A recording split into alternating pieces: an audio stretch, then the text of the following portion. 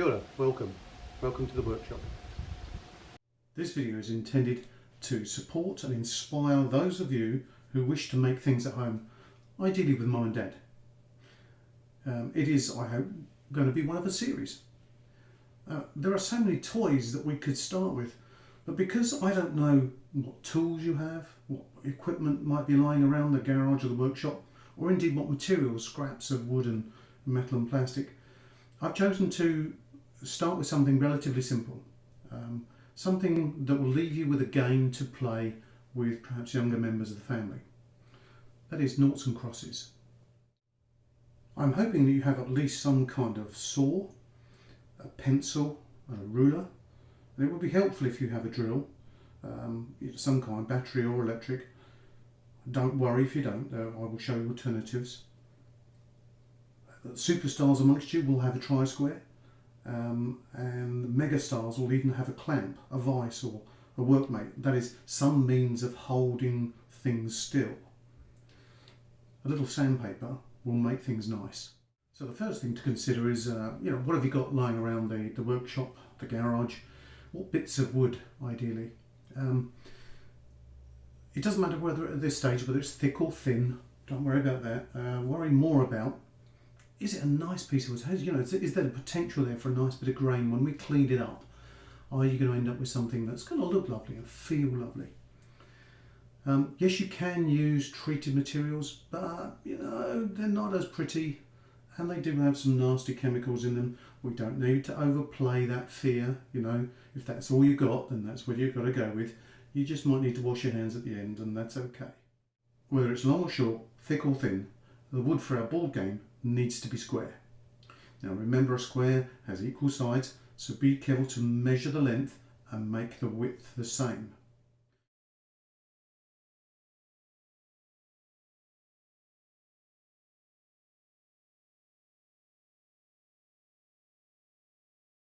Draw the line with the ruler carefully. Superstars will of course be ready to use the tri-square and to avoid any chance for wonky donkey.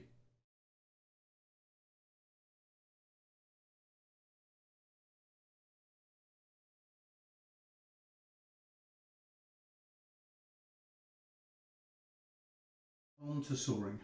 I don't know what type you'll be using. If it's this kind of conventional one, which is a panel saw or a hand saw, the issue with all of them is that it's going to move around. That's the problem, and that's the danger.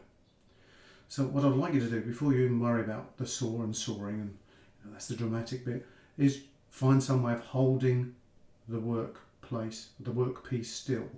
So here I'm going to use clamps, and I'm going to show you the ideal way. Remember, please don't do this on the kitchen table. I'm going to get in trouble. Right, now we've got to remember to start a little groove. So I'm going to use the side of my thumb against the side of the board, nowhere near the teeth. And I'm simply going to pull back 3 times. 1, 2, 3. Now, if some people are scared about that, so just grab yourself a piece of wood, put it where you want to do your sawing, and then you can do the same. Pull back 1, 2, 3, and not risk yourself. Put it to one side, put your hand out of the way, and then you can saw through. Now what you want to do is ease off when you get towards the end. What we want to do is not split the wood, we want to cut all the way through. So those last few strokes, just be gentle, and then we cut, not break. Put the saw away safely, look after those sharp teeth. So, some of you are going to be screaming, well, I don't have any clamps, what can I do? Well, easy. What you do is you get mum or dad to hold on to the wood. Just get them to lean against it. Now, if you've got a workmate or a vice like I've got there, use that. And if we are going, let's go back to the kitchen table worry, you can always put a bit of scrap underneath whatever you're sawing on. Find some old furniture. If you've got a clamp, of course clamp it. Keep it still, that's the most important bit. Okay, so what do we do if you've only got small bits of wood, little chunks? Well, we've still got to do our marking out. Again, we've still got to be careful. So measure the width, make the length the same. Be very careful to mark it with some care and precision. All right? No wonky donkeys on my watch, please. Draw that line as carefully as you can. Of course, superstars will have their own tri-square, and anybody who attends the after school club will know how to use it. Beautiful straight lines. Because you can never saw properly until you know where you're going to saw. Right, so what we've got to do is drill a hole. All right, drill a couple of holes in the scrap side, not on the bit you want to keep. We don't want a game board full of holes. All right, we're just going to drill a couple of holes. Now I've got the comfort of being able to drill into my bench. Please don't drill into your tabletop. Put a bit of scrap underneath. Then you've got to decide where to hang it. You know, hanging over the edge here is clearly too small.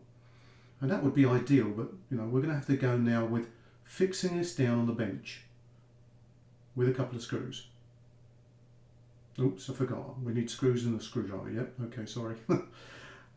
So just screw it to the bench. Find some means of stopping this wood from moving around whilst you're sawing. You know, if you've got a vise and a workmate, use that. And if you are doing it on the kitchen table, please put a bit of scrap underneath and use a clamp. Don't put screws in. I'm going to use this lovely pull saw. This is my favourite saw. This one is a beauty. If you haven't got it, use what you've got. All right, but just be careful to saw very close to the line, because we don't want to do much sanding. Normally I'd use a belt sander or a disc sander, but you know, I'm trying not to cheat here today. We're going to saw through, and remember what I said before. Try and not break through. Try and saw carefully through so you cut all the threads of the wood right the way through to the end.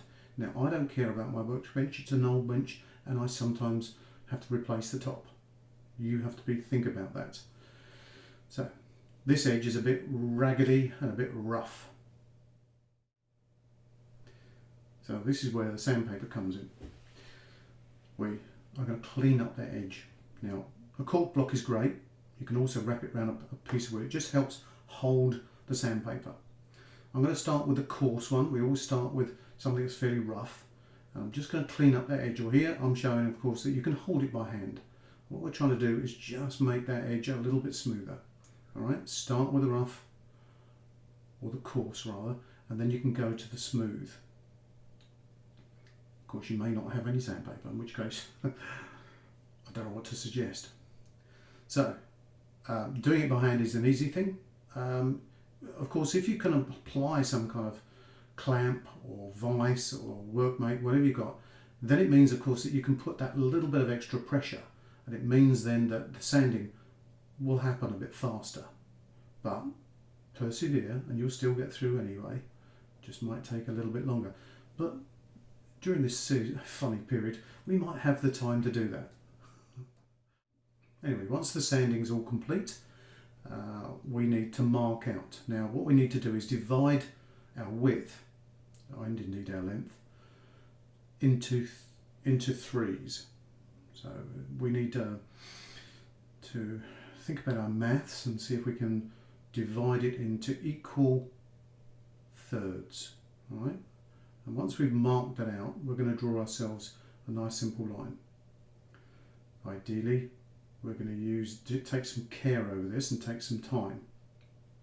Of course, for those super duper students and those ones who've got mums or dads who are builders, they might have a tri-square. So drawing those lines might be a little bit easier if we've got the tri-square. But as it's shown you, you can do it with a ruler, so you don't have to. This is the start.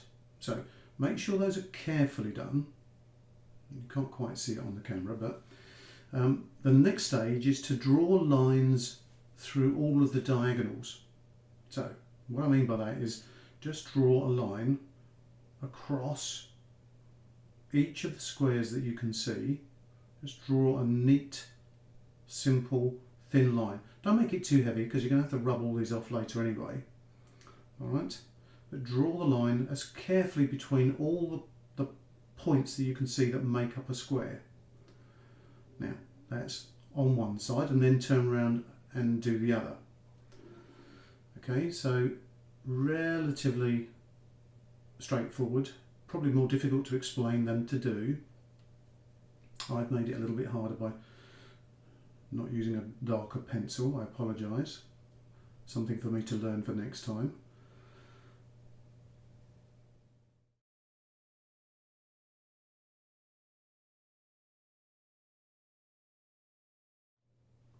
Now, if you are really lucky, you might have one of these beauties.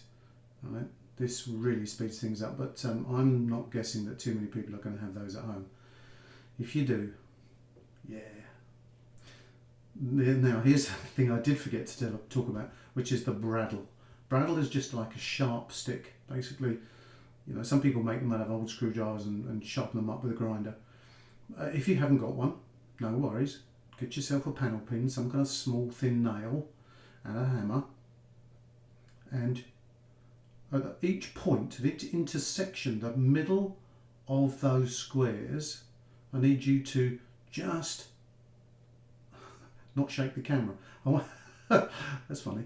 Alright, so just need you to make a little mark with a bradawl or a panel pin where you're going to drill the holes.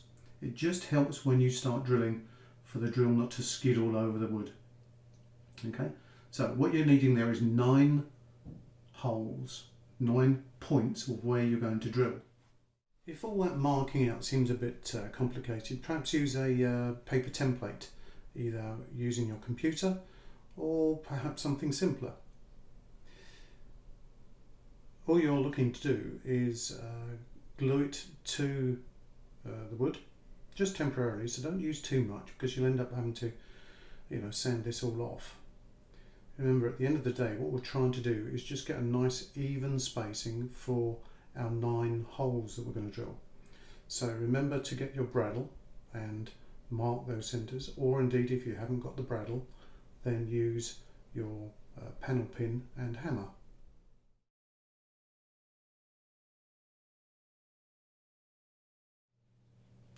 So here we are, we need a drill. So we need a reasonably large, or it depends on what you're going to use as your pieces for your noughts and crosses game. Here I'm using a 10mm spade bit. You use what you've got around the house. Now, here's the danger point. As soon as we start drilling, we're going to end up with things spinning around and potentially hurting someone. So we've got to hold it down. So either get mum and dad to hold whilst you're drilling. If they're not brave enough to do that, then ideally get a clamp, which is what I'm going to show the ideal way. But you can hold these things or use it in the vise or the workmate. The important thing is drilling perpendicular. We've got to be 90 degrees to the board. Hold the hand on top, gently push down, trying to keep that square. So we're going to drill down, and ideally what you're going to try and do is drill down all the holes to a certain depth. Ideally we want them all the same. What we don't want to do is drive our drill all the way through, from the top through to the bottom. Right, especially if we're using the dining room table. Please don't tell me you're using the dining room table. Oh, I'm going to be in so much trouble. Right, yeah, drill through.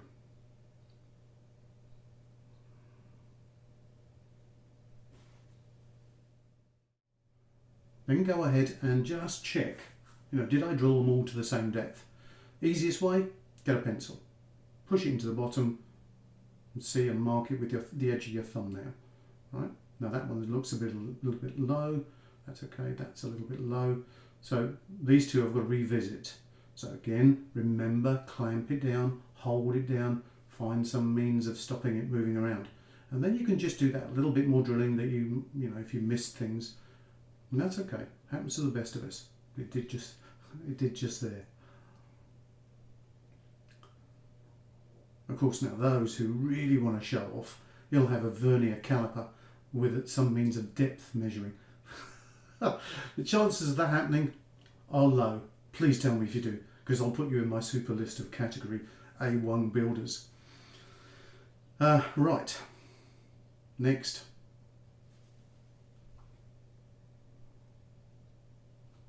The dowel. So I'm using a piece of 10mm dowel. wood that's been turned beautifully circular in a nice long rod. Our job now is just to cut them to length. I don't recommend using the panel saw. I do recommend using a pull saw. Ideally the smallest one that you've got, and this is my cute little baby pull saw.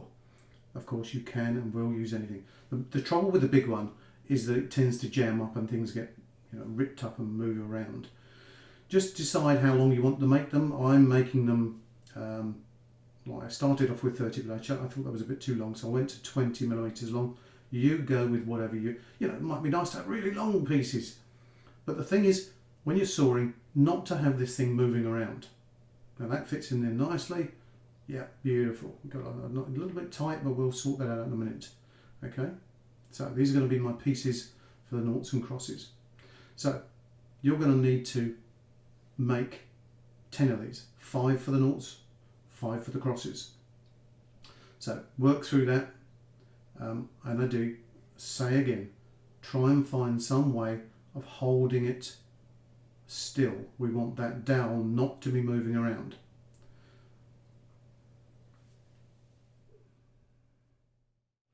Okay, so now we're ready to clean things up. Of course, we've got all those yucky pencil marks, so we'll take our fine grade sandpaper and rub along the grain in the direction of the grain, so that will make things nice and smooth and soft. Don't forget the edges, so clean those up. What we don't want, wood's lovely when you can touch it and go, ooh, that's soft and lovely, not ooh, that's sharp and splintery. Make sure you do all the pieces as well. Now rub the front face, but then attack the edges. It sometimes might be easier just to lay it on the bench and then just pull back a few strokes along those edges just to soften them and make them a bit nicer to touch, essentially. But also make, when they go into the board, that little bit easier to do so. There we are. Easy peasy, lemon squeezy.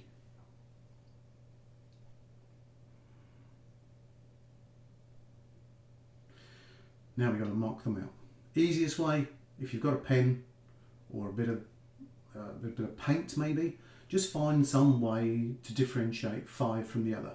Nice simple way.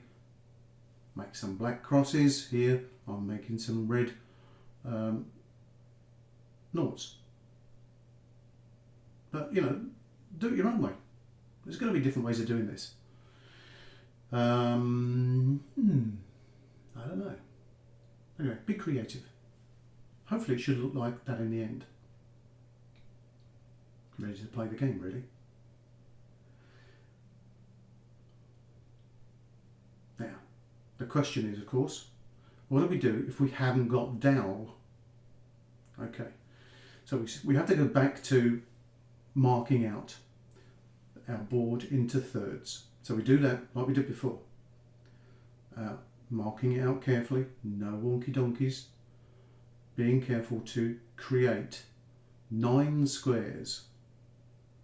Okay, now of course, best done with a tri-square, so I'm showing that as well. But you can just use a ruler. That's called a steel rule, by the way, for those woodworky people. Now, one easy, simple way is to just mark it off with a nice vivid, and then the job's done eventually. You could, of course, paint it. You could, of course, lay down, I don't know, some masking tape. You could glue string to it. You could put, I don't know, sticks of wood. Lollipop sticks, how about that? What about those? There's a cool idea. Spaghetti, or straight ones, of course. Well, no, maybe curly ones would be good. I don't know, find some way of marking out 9 squares. The fun bit then is, what do you use for dice? Well, get creative. I found we had some glass beads. What we really just want is to make sure we've got 2 different colours. All right. Okay, so you haven't got glass beads. What else could you use? What about some bits of wood? I found lying around. I had some beads. These were often old, the sorts of beads that you see in the car. I don't say go ripping things up, but just get creative. Find out what you've got lying around the house. I had these, right?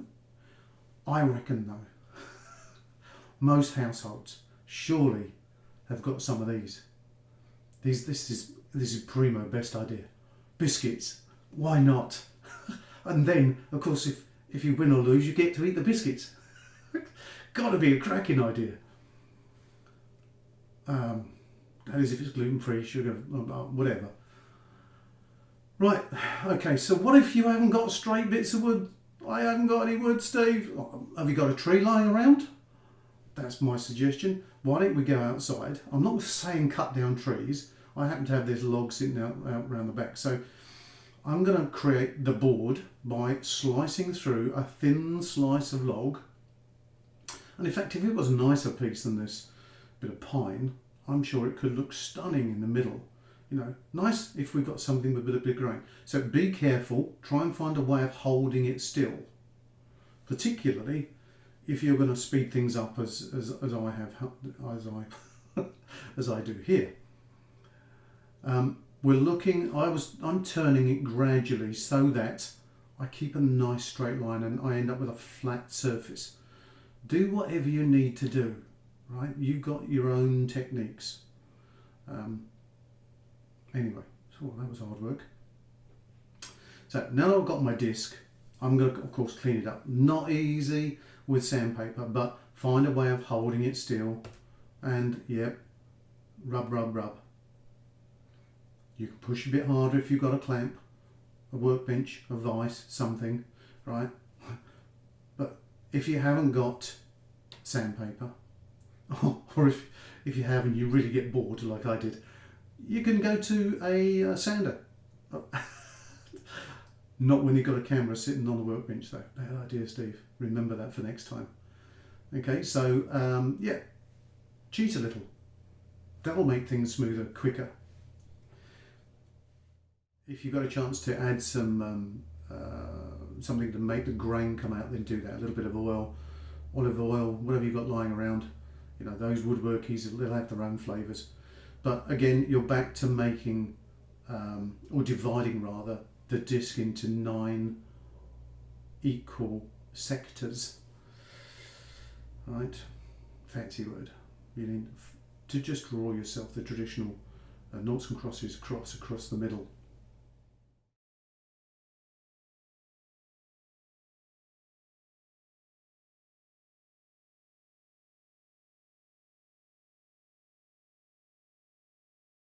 Okay, so once you've got it marked out, you can either just leave it like that. That's perfectly okay as a games board. Nice if you had the opportunity to bring out the grain, but don't worry if not. The other way is perhaps, you know, there's this stick idea that I mentioned earlier. Why not, if you've got some thin bits of wood, and if you have any luck of having both a hammer and some small panel pins,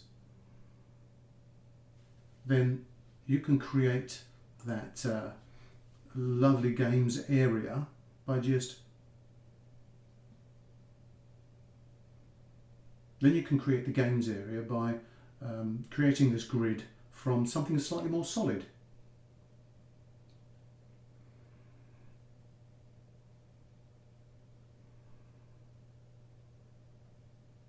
Now, this is not essential, but you know, if you've got the bits of wood, then go for it.